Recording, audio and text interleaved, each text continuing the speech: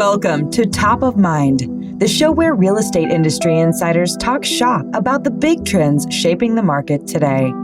Enjoy the show. Mike Simonsen here. Thanks for joining me today. Welcome to the Top of Mind podcast. So this is where we are talking to the smartest leaders, thinkers, and doers in real estate industry.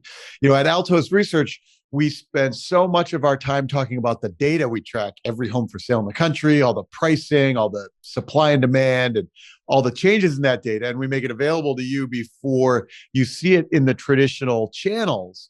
What we're doing with the podcast series, Top of Mind, is we are talking to the practitioners, the people who are in the industry, who can provide some context around that, some insights that we don't necessarily see in the data already. So welcome to the Top of Mind podcast. And without further ado, here are my guests for today. Becky Babcock and Brad Nix from Path & Post Real Estate in Atlanta. Path & Post is a highly successful team brokerage in North Atlanta. It was co-founded by Becky and Brad.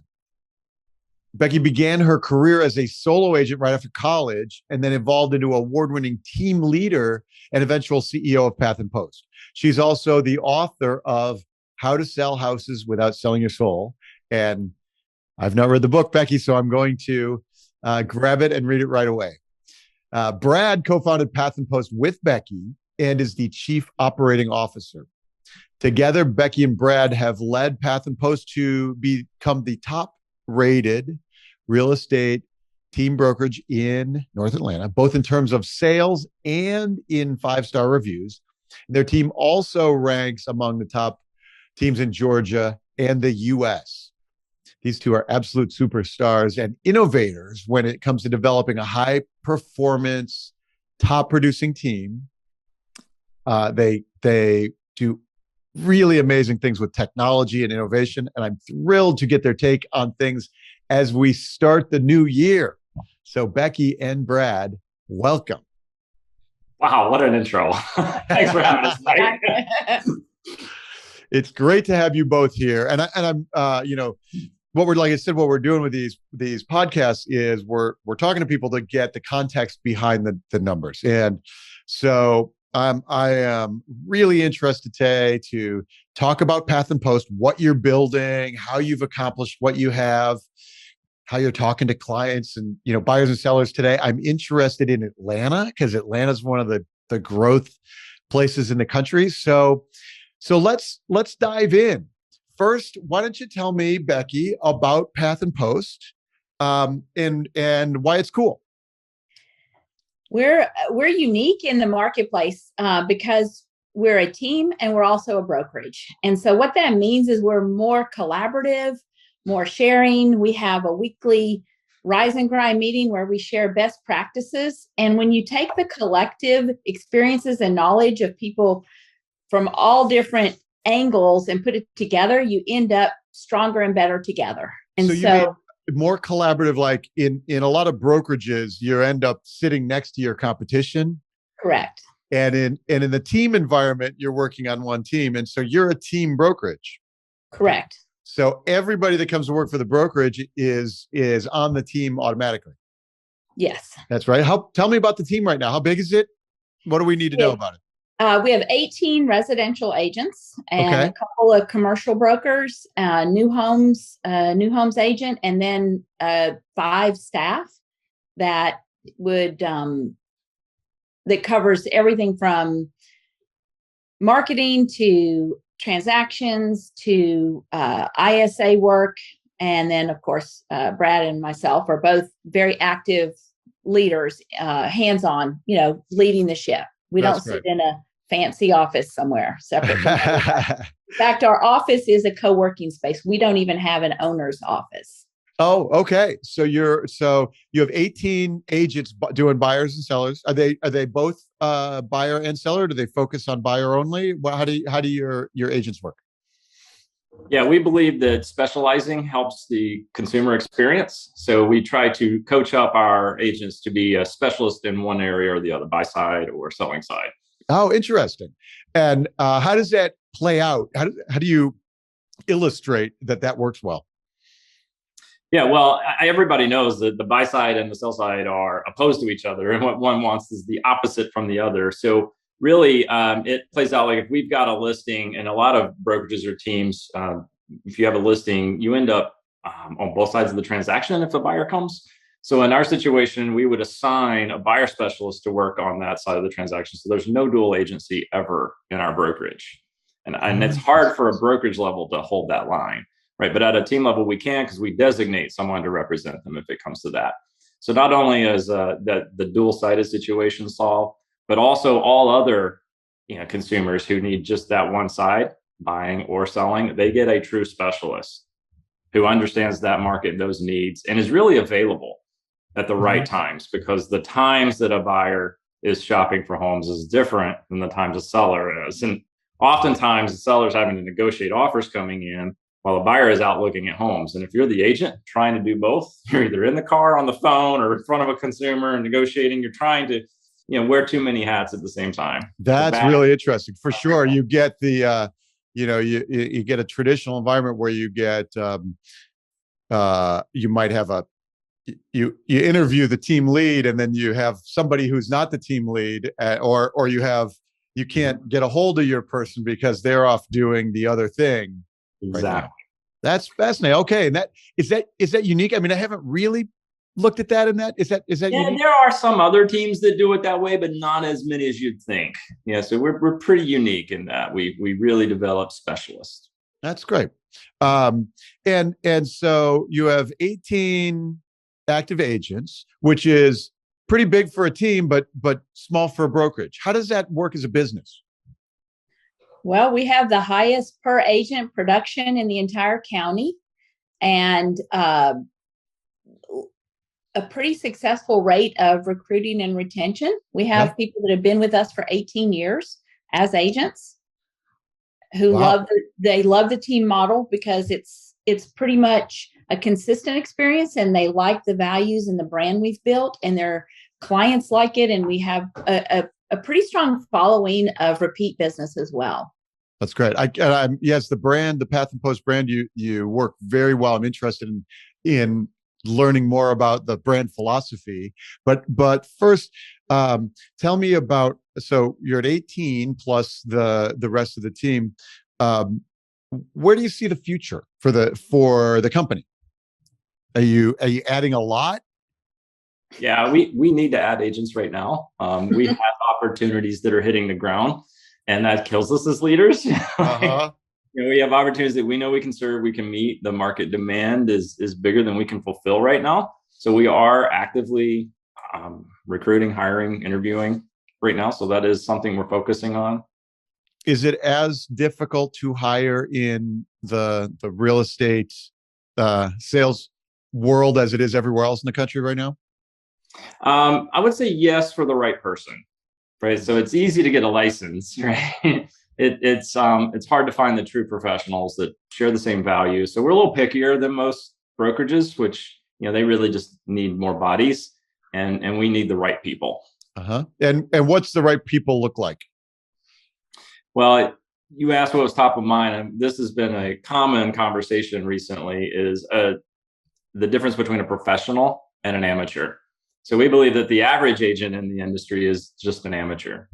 They're doing it part-time as a hobby. They are not truly professionals at it. It's not a full-time thing. They're not trying to improve skills. They're just, hoping they network their way into some commission. Like, let's be honest, that seems like a lot of the amateurs we come across. So our ideal agent is looking to become a professional if they're not already, and they need and desire the training and accountability that comes with being a professional. So that's something that's definitely top of mind. They have to share our core values. We're a values-based business, so every decision we make filters through those values. So that's, you got to be the right human, and they don't always fit that. Sometimes it's just you're not going to work out whether you're a professional or not. Two questions. Well, one, tell me about. Do you have the opportunity to hire and train like real early agents? Is that part of your, or do you end up hiring people with more experience? Both. We'll take either or if it's the right person that fits our values and is going to be a true pro. So, recently we've hired a couple of new ones this year that have ramped from zero into, 15, 18 transactions in their first year. Wow. Which is multiple times the average agent in the industry. So we know we can take a beginner from 0 to 60 at a quick rate. And, we also get those seasoned agents who, they've either got tired of running through their SOI and the friends and family network, or they're burnout of spending all their time, money, and resources marketing and trying to prospect for the next thing. And they want something that's got a proven, opportunity flow through the system. And that's what we've built here at Path and Post. Like, I think Tom Ferry, someone breaks the industry down as real estate is just prospecting and nurturing.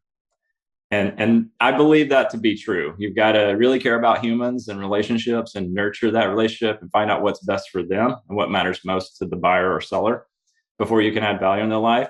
And if you're good at that, then you just need to go and prospect and find those opportunities. But it's hard to do both, right? You're either prospecting or nurturing, or you're one or the other. But we've taken the prospecting off the table for our agents. Got it. So I love that framework, prospecting and nurturing. I mean, in many ways, it's such is life, right? Yeah. And but really, that's what you've done so well, and a lot of your embrace of technology and things like that. So talk to me about that prospecting. What do you do to reach new consumers? Yeah, I mean, customer acquisition is all we used to focus on. Is how do you grow the brand? How do you grow opportunities? So real estate, there's a lot of channels. Like, you can partner with the Zillows, you can partner with the Realtor.coms, you can, pay per clicks and social media ads, you can network. So we've decided to do all of it in a diversified manner so that we don't have all our eggs in one basket. We are a Zillow Flex team. So we're in a partnership with Zillow as premier agents, but we are also investing in Realtor.com leads and our own generated, pay-per-click leads, social leads. And that we can track on that is are we growing our brand, delivering a 5-star experience? You'd mentioned the reviews in the intro. So we get that word of mouth, we get that organic search in the local market by having our signs out. So that's been really good to see grow. We've got about 40% of our business is either repeat or referral at this point, which is a healthy size, book of business for a brand that's, we're doing almost 400 transactions this year. Yeah, that's terrific. That's really neat. So, I love that it's all of the things. It's all, yeah. The embrace of all of the things. Is there anything that works particularly well or changed during the pandemic that surprised you? We actually had our best year ever in the first year of the pandemic. And then this year, we're going to beat that by our gross volume is 50% greater. So we went from 100 to 150 million this year. And we found that the things that we were doing before the pandemic with we call it our Pathfinders, which are our clients that we've closed with and we love on them and they send us referrals and interact with us on social media. We found that we had to do things differently. So we introduced last year a new event. It was Dinner on Us. Just order your pizza and either beer or soft drinks and do a drive-through. And we brought it out to their car. And we had people send us written thank you notes who were just so grateful for a meal out. And some of them were in their 70s or 80s and hadn't been out to eat the whole year because of the pandemic. It was such a big hit. We repeated it this year, even though we were in a lull with the pandemic, and we added game night for the team to that. And after we served our clients, we all enjoyed dinner and game night together, and everybody loves it so much. We're going to make it a regularly occurring event. I love it. That's amazing. I think there's a real gem in there that I heard in that. So you're obviously strong with your branding, Path and Post, and that must help things like referrals, as opposed to just like, oh, what was my realtor's name? And, but Path and Post is a real strong brand. I love that you labeled your clients Pathfinders. I love the act of naming anything that we want people to pay attention to. And in the technology business is naming the technology that you have. It's naming the architecture. It's naming the market that you're creating, naming your customers or your teams. Is your team, the employees in the team, do they have names? Is there a special name? No, for our team agents? Yeah. They're just real estate specialists. They're just specialists. So at Altos, they're the Altoids. Right? Perfect. So I like it. We do have a monthly trailblazer among the team that gets recognized.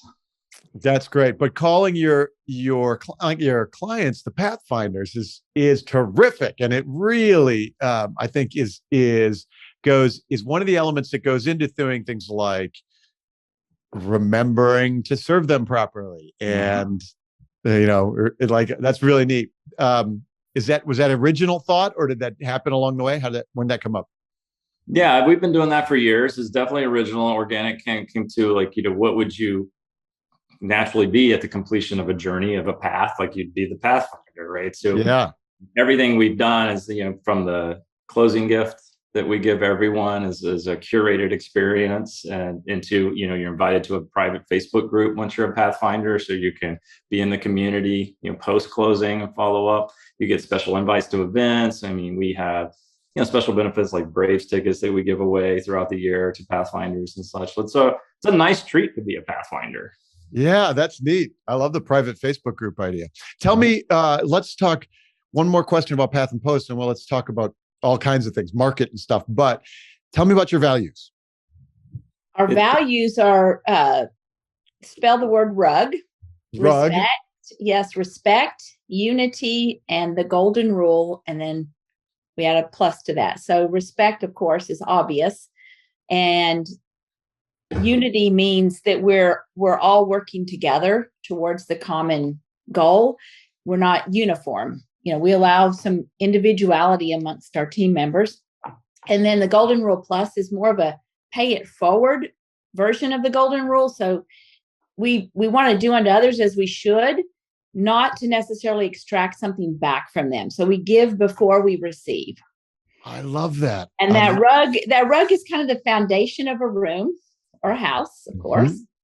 And we use that pay it forward. We're in the midst right now of our Giving Tuesday program, where we select a cause that matters most to us for this season. And we're paying it forward with servers in the community. So we'll give everybody $100 to go out and pay extra tips on top of what we consider a basic tip of 20% to thank our servers for what they do serving our community. And that's part of that pay it forward. So we don't have those values on a poster anywhere in the office. They actually reside within us, and they should be exuded in the kind of work we do and how we treat other people. I love it. Rug. It's what's the Big Lebowski? It really brings the room together. Really held the room together. Yes.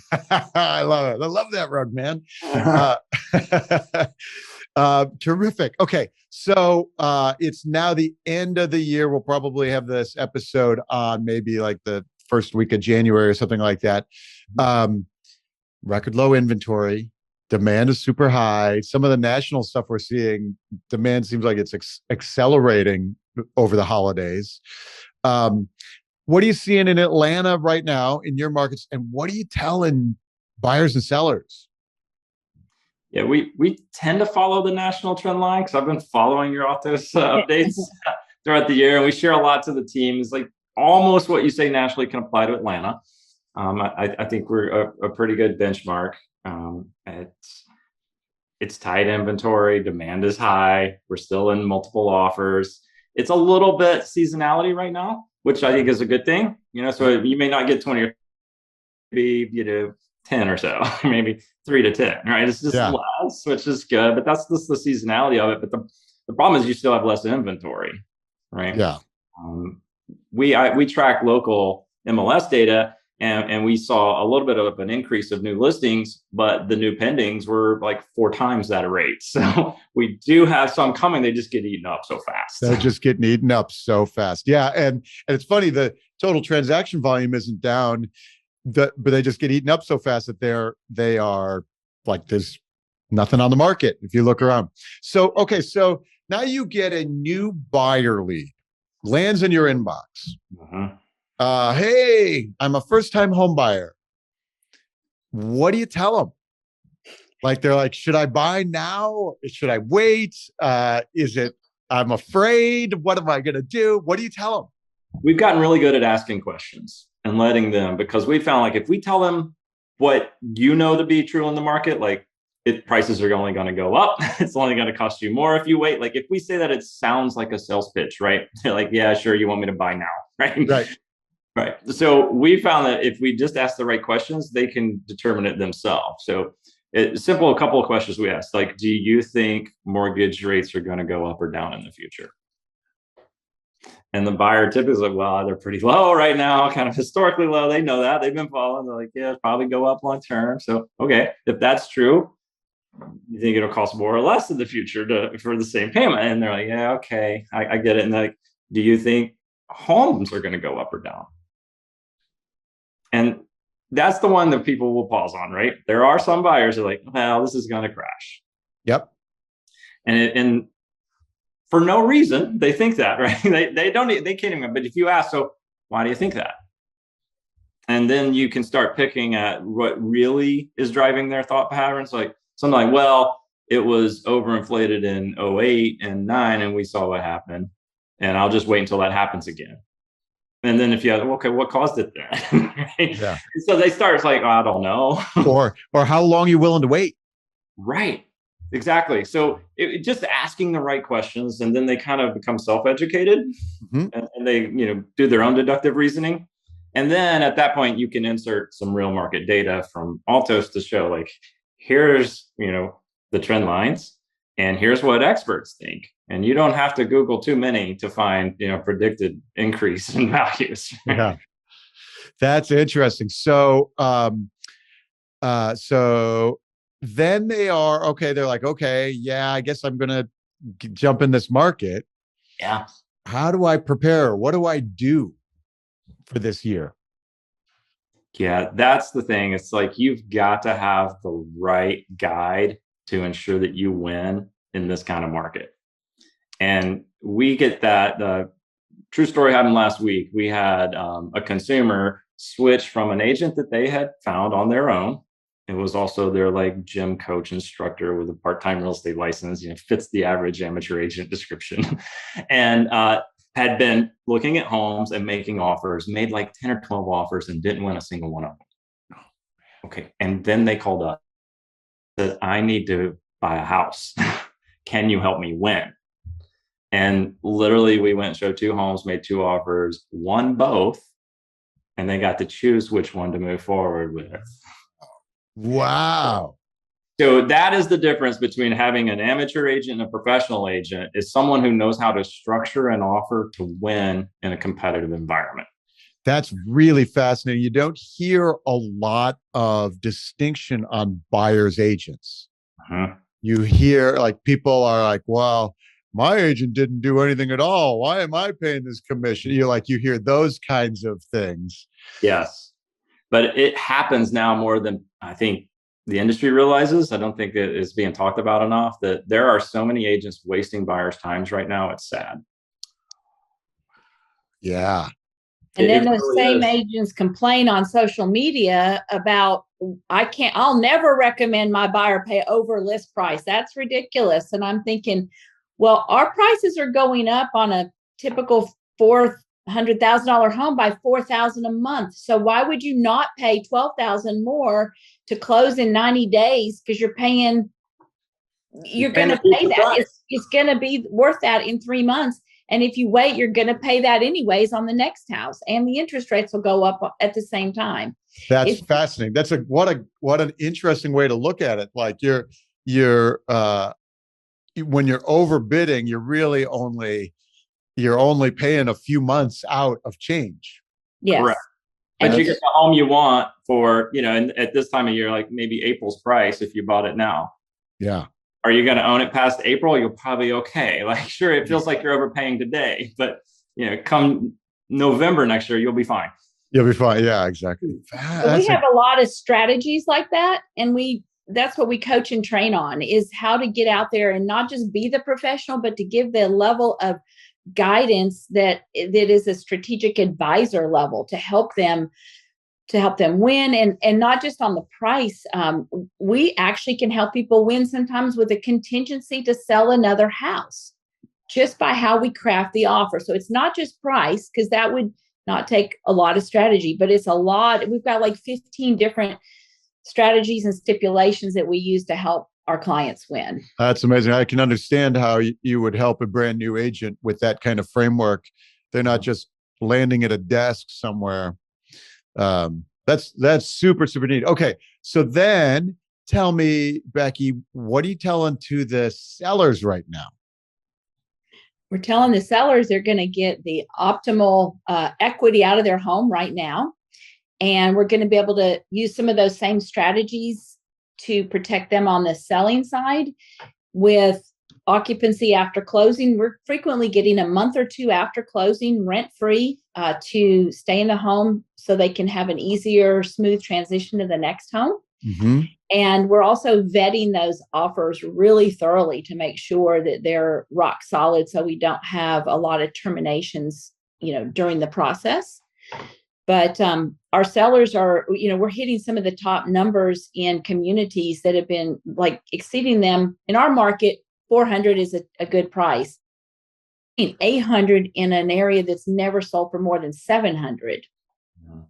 Like 700, like in the past 2 weeks. So we're still exceeding current market values, and showing sellers that kind of data and showing them the trend lines. They're eager to jump in and cash out. Yeah. Did you? Even more important than the sales price, because we all know it's like all-time sales prices are being said, though. It's educating them on the net to seller and how that compares in a multiple offer scenario, because there are a lot of other terms in an offer that could impact the net. If there's any closing costs being contributed, if there's any repairs being factored in, or an instant offer or iBuyer situation, what are the fees that may come with that? So focusing on that net to seller and figuring out what matters most to the seller, we can really optimize different strategies and counters and stipulations to make sure they get the best net. That's great. And that actually is a great segue to the next thing that I'm thinking about, which is, let's talk about Atlanta in general, and, what's happening there. What do you think about it long term? And I'm interested in like the iBuyers. How is that impacting your market? I feel like Atlanta was undervalued for years, decades, maybe nationally. And I feel like the pandemic allowed people to look around the country and say, yeah, Atlanta's a really great place to live and a low cost of living. So I think that's been like the secret's out a little bit in Atlanta. It may not be like the buzzy crazy as Austin, but like Atlanta is here to stay as a growth community, city for the next 50 years. I think we've seen just like an elevated step up to a new base level for Atlanta. It moved somewhere in the last 15, 20 years from like B city to A class city in the US. It is. You can get anywhere in the world from our airport. We have world-class businesses here, job opportunities here. The city really has no growth boundaries, geographically anyway. So like we have the ability to get large, and I think we're in for a long run of that growth. That's fascinating. Are your buyers out of state? Do you have a lot of out of state folks, or what's that look like? Yeah, definitely. Definitely a lot of out of state. We get a lot of the West Coast and a lot of the Northeast moving down to the South for that cost of living and still great quality of life. And do you specifically market to those crowds? Like, do you have geographic stuff going in California or New York? No, we don't do outbound to those markets, but what we found is just when we're buying local leads or partnering at the zip code level, they're coming in searching our level. So we naturally pick those up. Okay. And we've also picked them up, when they find an area like they want to live in Woodstock or Marietta, some Atlanta City. We're like top Google search too, thanks to our reviews and the longevity we've had of succeeding for clients. That's great. Yeah, that's straight up Google reviews for that. That it works. Yeah, it's amazing. So what do you tell a guy coming from San Francisco, says, hey, what I'm interested in Atlanta, I'm a little bit worried about too many Republicans. Where do I go? The demographics are in your favor. We've Okay. got the largest demographic shifts, I think, in the country politically. Yeah. So does that feel real? Is that palpable? It's real. It's palpable. Oh, yeah. Sure. Yeah. Yeah, you can feel it, especially in the northern suburbs of Atlanta where we operate. That shift is real. It went from very red to very purple real quick. And definitely leaning blue. Yeah. In some areas for sure. That's great. That's really fascinating. Becky, what do you think about the next 10, 20 years for the area and for like home buying and owning in particular? Well, with Atlanta's top for business in the country, we're ranked number one for business in the country, and a really diverse economy, including filmmaking. We're taking that away from Hollywood. We also have a lot of biotech, technology, manufacturing. It's just a really good, diverse economy. And I think that our cost of living is so low that we're going to stay an attractive hub for people. Like Brad said, you can fly anywhere in the world from the busiest airport in the world. Plus, we have access to mountains and beaches and a lot of different kinds of topography. So we have people that like to live in a live, work, play, or out in the country on a few acres. And I think that's going to be sustainable for the next 10 to 20 years. I think the biggest thing is we've seen more change. I think Brad and I, with our combined 50 years of experience, have seen more change in the past 24 months than we've ever seen in our 50 combined years in real estate. So to try to project out how that technology or cultures could change the market, we have no idea. But as leaders, our job is to stay in front of that, abreast of it. We both are very avid listeners to podcasts.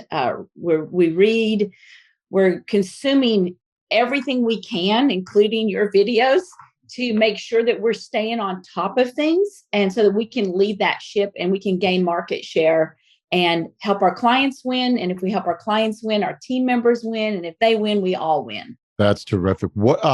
So big changes in the last 24 months. Were there some that were particularly shocking or surprising to you?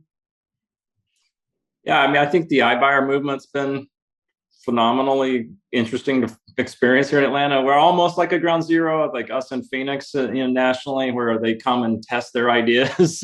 These big companies like, the Open Doors and the Zillows, and we have them all here, OfferPad, they're all here in Atlanta, testing their ideas. And, we went from no iBuyers to all here like overnight, it seemed like. And then going through the pandemic, they all kind of pulled back. So it all went away. And then they all came back surging over the last, 12 months. And then recently with what Zillow's done with pulling Zillow offers out of the market. So we've seen a lot of stop starts, influx. And that's been a huge adjustment at the consumer level.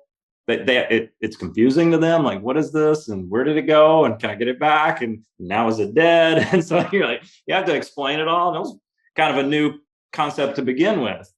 So, we have to not only keep our agents abreast of, what's available and what's coming, but the consumer level education has been a real effort.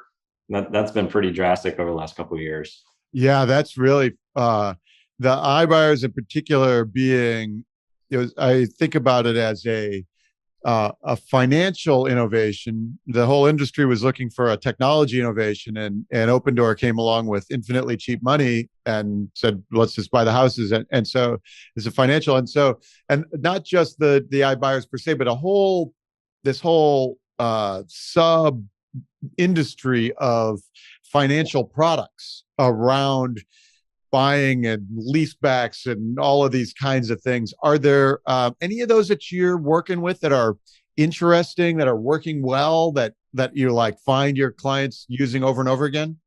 Yeah, the power buyer stuff instead of the iBuyer that you're talking about, where they come in and make cash offers or whatever. Some of those convert things. a loan to cash. Yeah.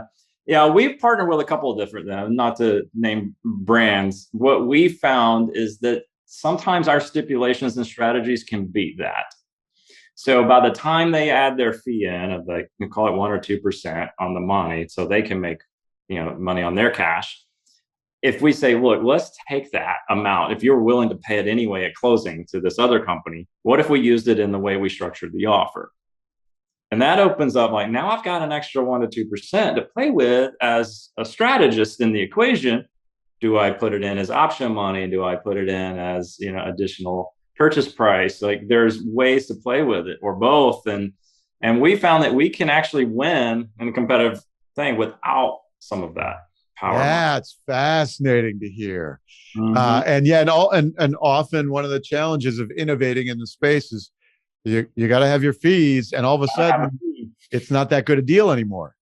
Right. That's interesting. I think in the hands of the right professional strategists, they can use that to their advantage. Like, why don't we just skip paying that fee? Go ahead and write the check to the seller. We'll skip from 20th in line to number 1, and then we'll negotiate. Yeah, interesting. Wow, that's really fascinating. Because the iBuyers and that whole sub industry is such a force of change in the last few years, and it's curious to see how much market share they can take. How much do you think they can take? Yeah, I would be comfortable saying anywhere from 5 to 15%. Yeah. Now, I don't know if it goes any higher than that. Heck, I could be completely wrong. But yeah, I think there's going to be a segment of those. And I think it eats away at some of the for sale by owners. It definitely eats away at a lot of the we buy ugly houses stuff, and the guaranteed cash offer stuff that was, a little bit of a gimmick for a while from brokers and stuff. So I think it takes a little bit of all of that and grows a little bit of a pie. And there are some though. I mean, we've even created our own iBuyer program. We purchased a home as Path and Post, the brokerage, for someone who wanted an instant offer. And it was unique because if you go too far north of Atlanta, you get out of their buy box, right? So these national companies said, we can't make you an offer. Well, this seller really needed to move. They had a really good, compelling reason that they couldn't list. They couldn't go to market. They needed a cash offer. Becky and I looked at each other and said, we could do this and help them out. And so we bought a home. Wow. And we were the iBuyer. So it doesn't have to be a national company. You just have to have the resources and willingness to do it. That's amazing. That's fascinating. Yeah, in an era of infinitely cheap money, it's cheap for you too. Right. Like, yeah. Huh. What they've done is not hard. I mean, it's hard to scale, but it's not hard to execute. Yeah. Right. If you just need to do it for 1 or 2 clients here to make the deal done. That's really neat. This is why I want to have this kind of conversation, right? Like that is really insightful. Did you guys get any impact, Becky, from Zillow's change? Did you notice anything?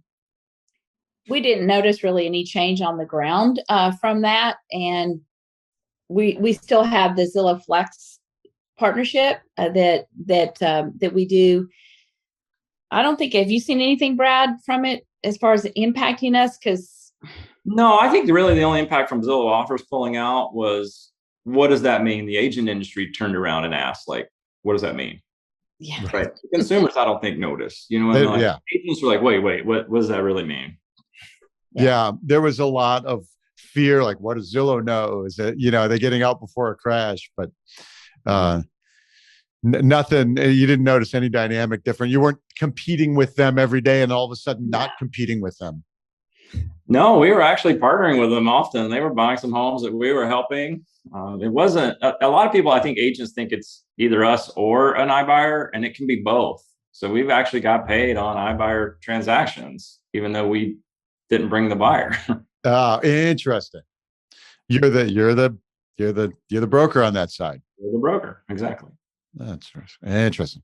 All right, Becky. Okay, so big changes in Atlanta, big changes in the market.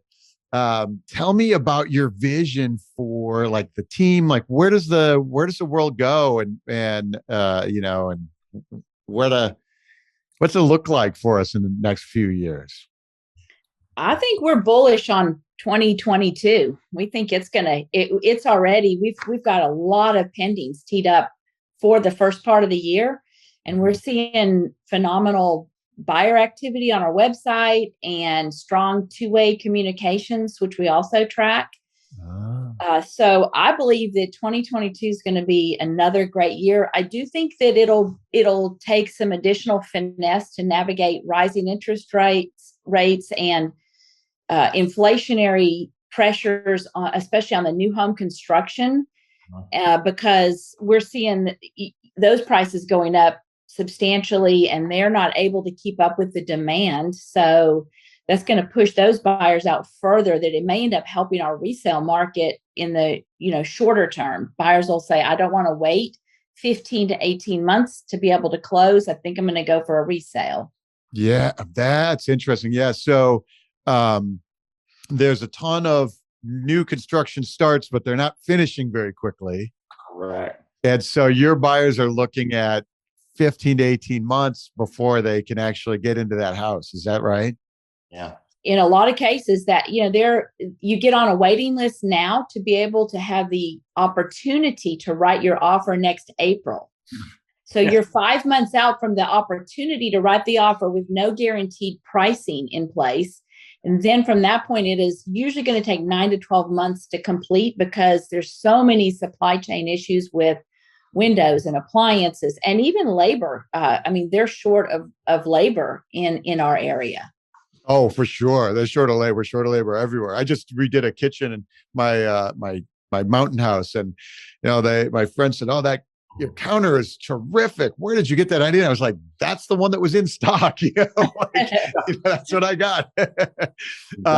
So does that new home buyer experience feel different than it did a year ago? Or is it getting tougher, longer, or is it the same? Yeah, it's definitely getting longer.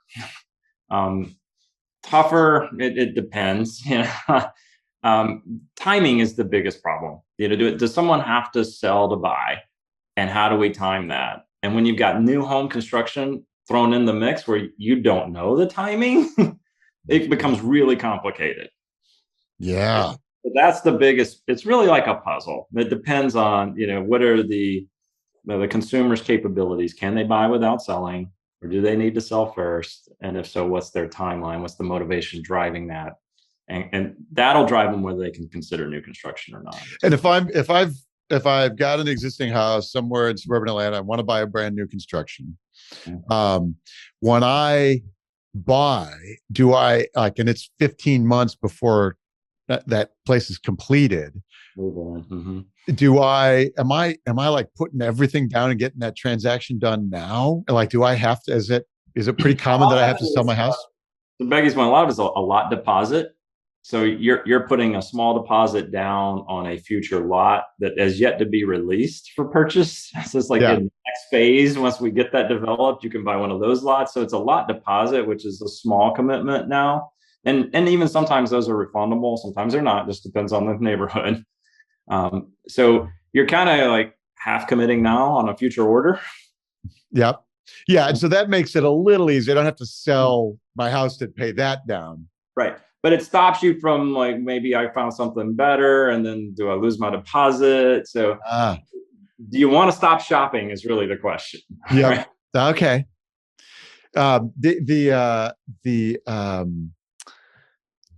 So how much of that new construction is that pushing further out? Like, is it getting further and further ex-urban, or is there infill stuff happening? Yeah, there's some infill stuff happening, but Atlanta has notoriously been a drive until you qualify market. And does that change in a post-pandemic world? No, we're starting to see it in some of the outer counties that they can't keep up with the permitting and development side, where they need to put some new lots on the ground for the development. Actually, in our home county that we're headquarters in, they have a moratorium right now on new construction. You know how much we need new construction in this country. And we have local municipalities saying no more new developments. We're just so far behind. Just dead stop. We just can't get them all through the hearing process and permitting process. Inspections, all of the things. Right. Wow. And what county is that? That is Cherokee County, which is a couple north of Fulton County, where Atlanta is. Where Atlanta is. And even if it's just for 60 or 90 days, it may very well be a short term. It's going to cause another hiccup by the time we hit spring when people want to move and there's just nothing coming out of the ground. Yeah. The counties are overwhelmed. Yeah. And they've got infrastructure to maintain. Do they need to adjust impact fees? All of that. So they just stop everything. I wish there was like a slide instead of an on-off toggle. Wow, man. Everything's backed up. Everything everywhere in the world is backed up. That is incredible. This has been terrific. Before we wrap up today, is there anything that you're working on at Path and Post that you want us to be aware of? Anything that you're excited about for the coming year?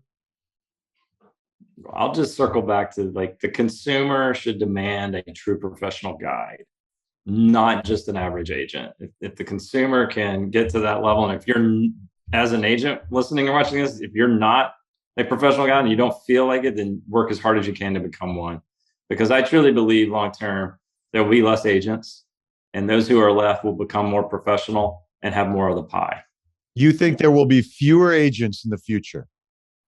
Yes. I do. I think the more options, whether it be iBuyer or power buyers, the more options consumer have, the more expertise the agent needs to present them. And so you don't just trust my brother-in-law at the gym because does he really know all the options available to me? Is he really an expert on all of them? Can he really guide me effectively? So I think because the options to the consumer are going to become greater and greater. You've seen all the innovation in the last few years. It's only going to expand. So the desire for the consumer to have access to those is going to necessitate a better agent experience. That's interesting. So what's fascinating to me, I love that as a prediction. It's something I always try to think about. But we haven't yet seen any decline in the number of agents. No, we haven't. It's Becky, do you have thoughts on that? I do. I think the velocity of change is going to squeeze out those agents that are doing 1 or 2 or 3 deals a year. There's just no way to stay abreast of the changes and adequately represent a client if you're not living it and breathing it on a daily basis, all in, staying on top of things. And so, I think that team brokerages like Path and Post are going to actually grow market share through it. And it's going to start squeezing out some of the lower performers, part-timers, and we call them amateur agents. And I think that our industry would be healthier and better if we had that happen. It's the business. It's too easy to put your license somewhere and really not do much with it. And I think it actually drags everybody down in the industry. That's interesting. So in previous years, you could be an amateur agent because the market isn't so nuts that you can provide pretty much the same level of service as a professional. But now, as things get more competitive, as timing happens, as all these crazy financing things come in, then therefore the ability for an amateur agent to provide professional service decreases. Correct. And it's more and more risky to go with somebody who isn't a real professional in there. I can see that playing out. That's a real interesting way. And have you noticed? I don't know the average transaction stats, but watching the average number, there's a lot of people who keep their license in real estate who aren't doing transactions for other people. They keep it for other reasons. Yes. But so then the average number of transactions per agent is whatever, like 4 a year or something really low. Yeah. Is that changing? Do you know? Have you noticed? Well, we did the numbers on our local MLS that we're in. It's like 2.7. 2.7 is the average. It's the average, right? Yeah. Yeah. So that's pretty low. And your brand new agents are doing 12 to 14. Yes. Mhm. That's incredible. Yeah. Yes. Yeah, but that's got to be the standard expectation moving forward, right? You can't just get by on one or two because you're not even current in the market if you're only selling 2 or 3 a year. Yeah. It's moving so fast. That is interesting. All right. Wow. There's so many things I get to learn about. It's exactly why we're doing these conversations is we get to take all the data and put some context around it. So thank you so much. Before we go, where can more people find out? We're going to find out about Path and Post and you both in particular. Well, we should be Googleable, so just Google Path and Post. We should be the first thing you find if we did it right. If not, go to pathpost.com and you can learn everything about us. Yeah, that's terrific. Your website is really rich with local information and a lot of resources for buyers. Do you find that buyers, when you get new clients in the funnel, do they like recognize that your website is really good? Do they notice that? Yeah, we do, because we get buyers who don't always originate on our site. Like they may have come from a Zillow or a Realtor.com or from some other site, and we'll import them into our database and suggest our site as an alternative resource. And then we see the adoption rate of that suggestion is really high. So using our site. So that confirms that, yeah, they do like it, whether they verbalize it or not. We found that the behavior is more important anyway of what they're actually doing. And so we see the searches they're running, the properties viewed per month, the favorites per month. We see that real time. Yeah. Do you notice they do things like they come in from some random internet lead and then they get to your site and now they go, I'm doing the longer drive time, or I'm like starting to search further out, or do I change those kinds of things once I'm really starting to learn? Oh yeah, the behavior is fascinating to watch. Yeah, whether it's price point or geography or both, like you see their search morph over time. Yeah, it's fascinating human behavior to watch. It's like a live laboratory. That's really great. Really great. We've had people actually register on our website and say they chose us because of the website. They actually watched every video. They looked at our blog post. They liked the way it worked, and they registered just to use us. And they said, I want that Path and Post experience. And that's how you know you built it well. Yeah. And then you have to deliver it, of course. That's right. But it's really indicative of what you're going to deliver. Mm-hmm. Yeah. It's really clear. I got I'm on a lead, some broker's lead drip from some Zillow thing. And in the email that they send me, they've sent me like one a month, and it says things like, "Hi, Heather," Heather's my ex-wife. It says, "Hi, Heather," and it says, we have a cash offer for your house, and it's this canned email, and it's there's a broker, but it's got Zillow branding, and it's got like some mortgage company branding, and it's like, man, I of course delete. Yeah. Sure, this guy looks and goes, well, these internet leads are really lousy. Nobody ever responds to my emails. Yeah. I think the first problem is we have to stop as an industry calling them leads, and remember they're humans. There's a person behind that name and email and phone number, and they're just reaching out and saying, hey, I'd like a little help with real estate. And then what are we doing for them from that point forward? Mm-hmm. Yeah. Do you have a different name for them? Do you call them clients or something individual? They're not yet Pathfinders. Buyers or clients? Buyers or sellers, yeah. Buyers or sellers. Buyers or sellers, potential clients, but yes. And future Pathfinders. Future Pathfinders, absolutely. I love it. Guys, that's really, really terrific. I thank you so much for taking your time with us today. Anything else where they can find you two individually? Twitter, LinkedIn? If They can Google us as well, Becky Babcock and Brad Nix, or Path and Post, and you'll definitely find us. We love to have conversations across the country with other folks and share best practices, because we're always learning something. Yeah. Thanks for having us, Mike. Thanks for sharing your knowledge every week. I love following you too. Real pleasure. Thank you both.